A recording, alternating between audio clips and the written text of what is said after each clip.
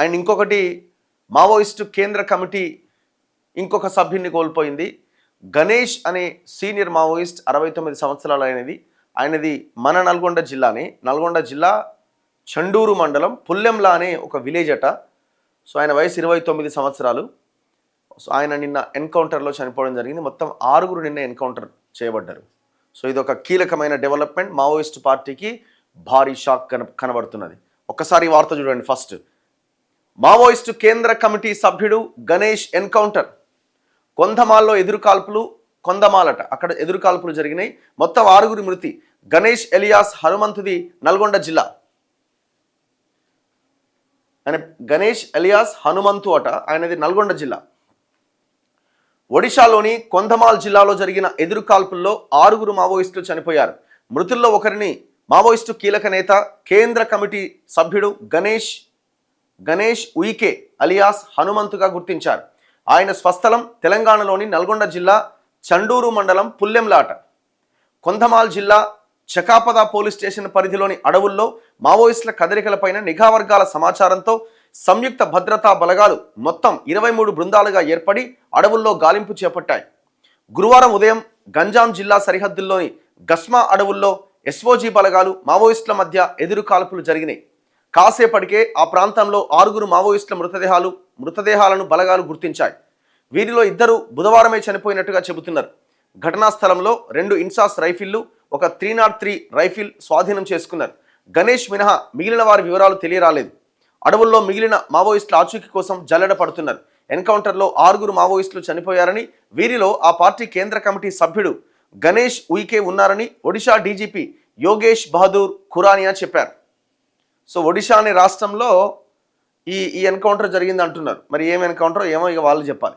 పోలీసులు చెప్పిన సమాచారమే ఇక్కడ అఫీషియల్ అవుతుంది. ఇక నువ్వు ఏమన్నా కూడా అది కుదరదు. ఏం మాట్లాడినా మళ్ళీ అది మళ్ళీ కేసుకు దారి తీస్తుంది. ఇదో సమస్య ఉన్నది మనకి. మావోయిస్టు రహిత భారతంలో కీలక ముందడుగు అమిత్ షా. నేను అమిత్ షా కూడా రెస్పాండ్ అయ్యింది దీని తర్వాత. ఎందుకంటే ఆయన చనిపోయిన ఆయన ఆషామాషి వ్యక్తి కాదు, కేంద్ర కమిటీ సభ్యుడు. మావోయిస్టు రహిత భారతదేశాన్ని సాధించడంలో ఇదో కీలక ముందడుగని కేంద్ర హోంమంత్రి అమిత్ షా ఎక్స్ వేదికగా స్పందించారు. 2026 మార్చి 31 లోపు దేశం నుంచి మావోయిజాన్ని పూర్తిగా తుడిచిపెట్టేందుకు కట్టుబడి ఉన్నామన్నారు.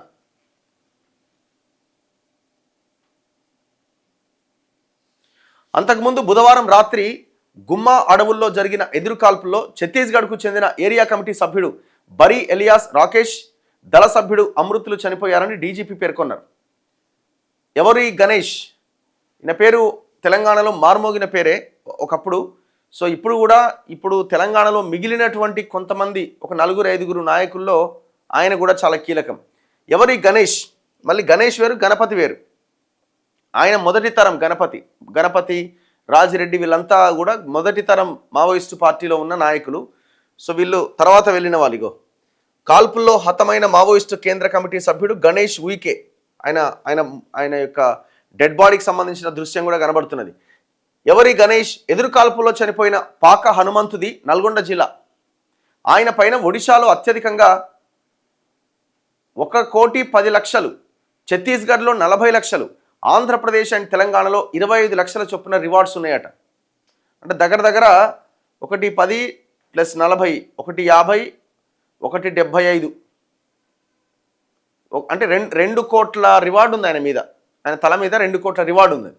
పాక Hanumanthu alias Ooke Ganesh, alias Rajesh Tiwari, alias Charmu, alias Ganesh అన్నగా అతన్ని పిలుస్తారట. అంటే ఒక్కొక్క స్టేట్లో ఒక్కొక్క రకంగా ఆయనని ఆ పేరుతో పార్టీ పిలుస్తుంది.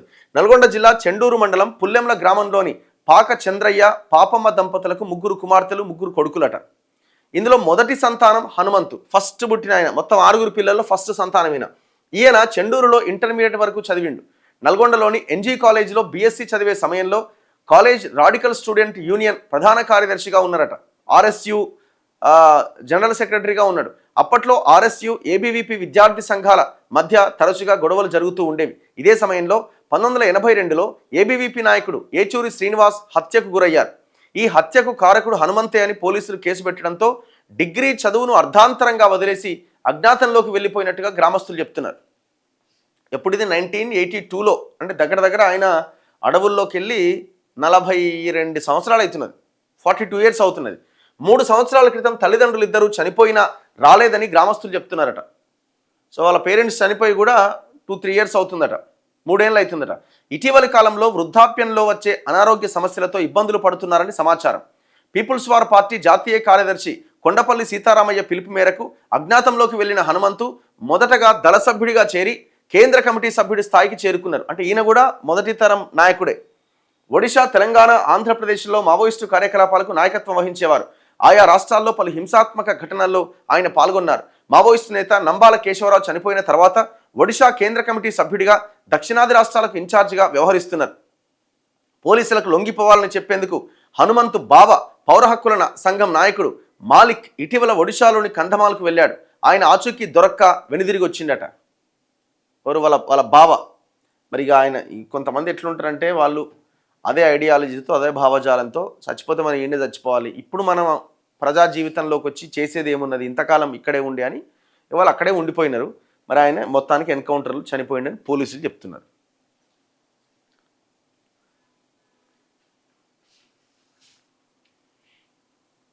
ఇగో చూడండి, ఇక 3 జిల్లాలు 377 క్యాంపులట. ముమ్మరమైన మావోయిస్టుల గాలింపు. అసలు మీరు ఆ ఏరియా మేము హిడ్మా ఆ విలేజ్కి వెళ్ళే ప్రయత్నంలో భాగంగా చూసుకుంటూ వెళ్ళినాం కదా, దాటుకుంటూ చాలా భయంకరంగా ఉంటాయి క్యాంపులు. ఎక్కడికక్కడ క్యాంపులే ఉంటాయి. ఇక ఈ పోలీసుల చేతిలో ఉన్న గన్నులు అయితే అసలు మామూలుగా ఉండేవి. ఇక అన్నీ AK-47లు, అంతకు పైన ఉన్న గన్నులే. మేము అడిగినాం వాళ్ళు ఈ గన్స్ ఏంటి, వీటి యొక్క కెపాసిటీ ఏంటి అంటే అసలు మామూలు గన్స్ కావు అవి. సో అడుగడుగున క్యాంపులే, అడవి లోపల కూడా క్యాంపులే. ఇంతకుముందు ఏమో ఆ రోడ్డు వెంట అక్కడో ఇక్కడో క్యాంపులు ఉండేవి. సో వీళ్ళు ఇక్కడి నుంచి రోడ్డు నుంచి లోపలికి వెళ్ళే ప్రయత్నం చేసినప్పుడు అక్కడి వైపు నుంచి మావోయిస్టుల ఈ ఎదురు కాల్పులో లేకపోతే ఇంకోటి వీళ్ళు ఫేస్ చేశారు. కానీ ఇప్పుడు ఏకంగా పోయి అడవుల్లోనే క్యాంపులు పెట్టి పడేసినారు. అడుగడుగున క్యాంపులే.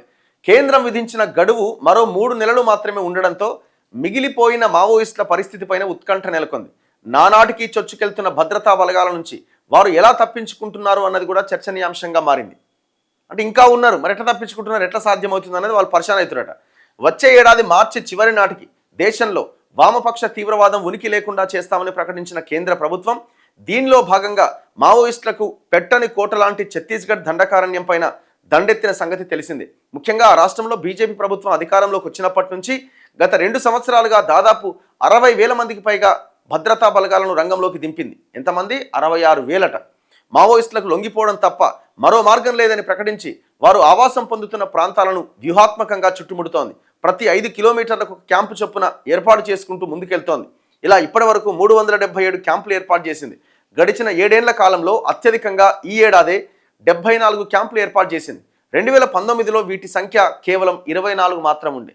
ఎక్కడ 24, ఎక్కడ 377 చెప్పండి. అన్ని క్యాంపులు పెరిగినాయి. మిగిలిన వారంతా 7 ఉన్నారు. ఇప్పుడు మిగిలిపోయిన మావోయిస్టులంతా ఎక్కడున్నారంటే ఈ ఏడాది ఏప్రిల్లో మొత్తం 18 జిల్లాల్లో మావోయిస్టుల ప్రభావం ఉండగా అక్టోబర్ నాటికి కేవలం బీజాపూర్, సుక్మా, నారాయణపూర్ జిల్లాలకు మాత్రమే పరిమితమయ్యారు. ఈ ఒక్క ఏడాదే 2,000 మందికి పైగా మావోయిస్టులు లొంగిపోయారు. మరో 1,000 మంది వరకు అరెస్ట్ అయ్యారు. 335 మంది కాల్పుల్లో చనిపోయారు. ఇంకా పోరాడగలిగే స్థాయిలో ఉన్న వారి సంఖ్య 500కు మించి ఉండకపోవచ్చని, వీరంతా ఈ 3 జిల్లాల్లోనే ఉంటారని పోలీసులు అంచనా వేస్తున్నారు. ఇందులోనే అగ్రనేతలు కూడా ఉన్నారు. చుట్టూ ఉన్న క్యాంపులు, వాటిలో మోహరించిన పోలీసులు, నిరంతర గాలింపు నుంచి తప్పించుకునే అవకాశాలు నానాటికి మావోయిస్టులకు సన్నగిల్లుతున్నాయి. ప్రతి క్యాంపు చుట్టూ 20 కిలోమీటర్ల మేర గాలింపు జరుగుతూనే ఉంది. దాంతో ఒకవేళ తప్పించుకునేందుకు బయటకు వస్తే ఖచ్చితంగా పట్టుబడే అవకాశం ఉంది. మరోవైపు ఈ 3 జిల్లాల భౌగోళిక స్వరూపం కూడా అత్యంత క్లిష్టమైంది కావడంతో మావోయిస్టులకు గట్టి పట్టున్నది. వీటన్నింటి నేపథ్యంలో రాబోయే రోజుల్లో మరోసారి ఛత్తీస్గఢ్ కాల్పుల మోతతో దద్దరిల్లుతుందా అనే అనుమానాలు వ్యక్తమవుతున్నాయి. ఇంకొక 3 నెలల కదా డెడ్ లైన్. అమిత్ షా కేంద్రం పెట్టిన డెడ్ లైన్ మార్చి 31. ఆలోపుగా మావోయిస్టులను లేకుండా చేస్తామని అంటున్నారు. మేమేమంటున్నాం అంటే ఇప్పుడు మావోయిస్టులను లేకుండా చేయాలంటే సింపుల్ ఒకటే, ఈ దేశంలో ఈ అడవి ఎక్కడ బోధన ప్రజల కోసమే ఉంటుందని ఒక స్టేట్మెంట్ ఇవ్వాలి కేంద్రం. రెండోది, పేదరికం లేని దేశం తయారు చేస్తామని చెప్పాలి, ఆ దిశగా ప్రయత్నాలు చేయాలి. ఇట్లా ఈ ఆదివాసీలని మేము చాలా ఉన్నత స్థాయిలోకి తీసుకొస్తామని చెప్పాలి. అండ్ దాంతోపాటు ఆదివాసీలకి రక్షణగా ఉన్న 5th షెడ్యూల్, ఆ ప్రాంతాన్ని, ఆ చట్టాలని సరిగ్గా అమలు చేస్తే ఎక్కడ మావోయిస్టులు ఎక్కడ కథ అసలు ఎవ్వరు ఉండరాడ. మరి దీనికి ఒక డెడ్ లైన్ పెడితే బాగుంటుందిగా. దీనికి డెడ్ లైన్ లేదు. అసలు దీనికి డెడ్ లైనే లేదు. డెడ్ లైన్ లేకపోగా ఈ అడవిని మొత్తం ఎవరికి ఇస్తారో అనే ఒక అనుమానము ఇంకా కనబడుతూనే ఉంది. అది ఆల్రెడీ డిసైడ్ కూడా అయినట్టున్నది. మైనింగ్ కోసమో ఇంకో దానికోసమో ఎవడో ఒక కార్పొరేట్కి అప్పగించే ప్రయత్నం. లేకపోతే ఇంతకాలం ఒక్క స్టేట్మెంట్ ఎందుకు రాదు కేంద్రం నుంచి? మీరు అనవసరంగా అపోహపడుతున్నారు, అనుమానాలు వ్యక్తం చేస్తున్నారు. ఇదంతా కూడా ట్రాష్. మేము ఈ అడవిని ఎవరికి ఇవ్వట్లేదు, అడవి లేకపోతే దేశం ఎట్లుంటుంది అనే ఒక స్టేట్మెంట్ ఇంతవరకు కేంద్రం నుంచి ఒక స్టేట్మెంట్ వచ్చిందా? రాలేదు కదా. ఇట్లా మాట్లాడితే నువ్వు మావోయిస్ట్ అంటారు, నువ్వు అర్బన్ నక్సలైట్ అంటారు. ఎవరు నీ అమ్మ, ఇది ఎక్కడికి గొడవరు ఆయన? అర్థమే కాదు అసలు. అంటే ఒక రకమైన సంకుచితత్వం అనాలా, దాన్ని ఇంకేమనాలి? ఒక సైడ్కి వెళ్ళిపోయి మనం అందులోనే బతుకుతున్నాం మనం. అరే నాయన, మన పర్యావరణము, మన ప్రకృతి, గాలి ఇది ఇది ఇది ఇట్లనే ఉండాలనా? ఇంతకంటే మెరుగవ్వాలనా? మొత్తం నాశనం అయిపోయి భవిష్యత్ తరాలని ఆగం చేయాలనా? ఈ ఆలోచన ఎందుకు వస్తలేదు మనకి? ఎంతసేపు మావోయిస్టులు, కాల్పులు, ఈ ఆలోచనతోనే మనం మాట్లాడుతున్నాం. అక్కడే ఉంటున్నాం మనం. మావోయిస్టులు పోలీసులను చంపలేదా, ఈ లాలను చంపలేదా? ఈయనే తనుకుంటున్నారు రెండు వర్గాలు. అసలు విషయం ఏంటి? అసలు మూలం ఎక్కడ ఉన్నది? దాని గురించి మాట్లాడతలేరు.